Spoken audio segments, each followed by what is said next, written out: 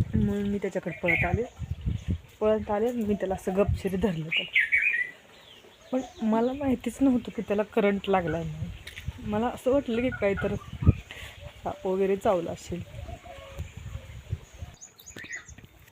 त्यानं हाका मारायला लागला तेव्हा मला असं वाटलं की त्याला साप बीप चावला असेल, त्याच्यामुळं आयो आयो म्हणून हाका मारायला लागला. म्हणून मी आले त्याला असं कवटाळून धरलं. तसं काय झालं, माझ्या शरीराला सगळ्या मुंग्या आल्या. तेव्हा मला जाणवलं की याला करंट बसलाय. मग काय झालं, इथंच ही कुट्टी आहे, कुट्टी मशीन आहे आणि इथंच खराटा होता, असा मोठा बुंद्याचा खराटा होता.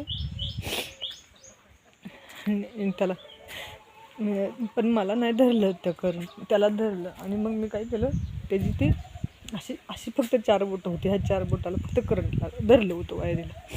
या अंगठ्यापासला जे गॅप आहे ना इथं असं होतं. मी इथंच त्याला इथंच खराट्याने हाणलं, तसं ते खाली पडलं. आणि मी असं मोठं चिरकत होते की मला माहीत नाही की मला आरडाले एवढं बळ कुठून आलं. ते असे खालचं 1-2 किलोमीटरच्या अंतरावरनं सगळे माणसं पळत आले.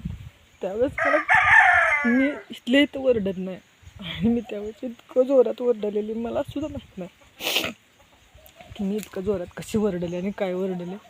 मला परत बरेच दिवस झाल्यानंतर सगळी बाहेर सांगायला लागली की तिथं आम्हाला तुझा आवाज आलता, तुझा आवाज आलता. पण त्यावेळेस एवढी काय झालं मलाच काही नाही कळलं की इतकं जोरात मी ओरडले ना. एका सेकंदाच्याच अंतरावर माझं घर आहे.